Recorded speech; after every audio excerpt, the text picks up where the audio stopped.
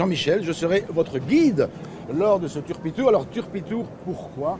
Eh bien parce qu'il est question, lors de cette visite loufoque, de découvrir le Bruxelles inachevé, abracadabrant, qui mêle entourloupe et micmac, le Bruxelles dont on tombe finalement amoureux.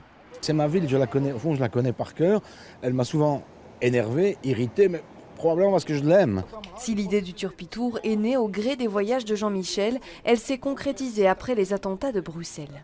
Il y a eu vraiment un Bruxelles bashing. On avait l'impression qu'on rentrait dans un trou noir, même les tunnels qui nous tombaient sur la tête. Enfin, c'était terrible.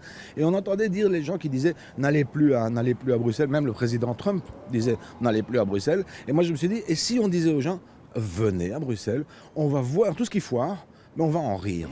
Le rire comme fil conducteur durant l'heure 30 de visite. Les anecdotes sont partout, parvis de Saint-Gilles, la sobre architecture de l'église catholique de Belgique, l'église de Scientologie, ou encore cette fresque qui, loin de se cacher, se raconte aux yeux de ceux qui savent observer.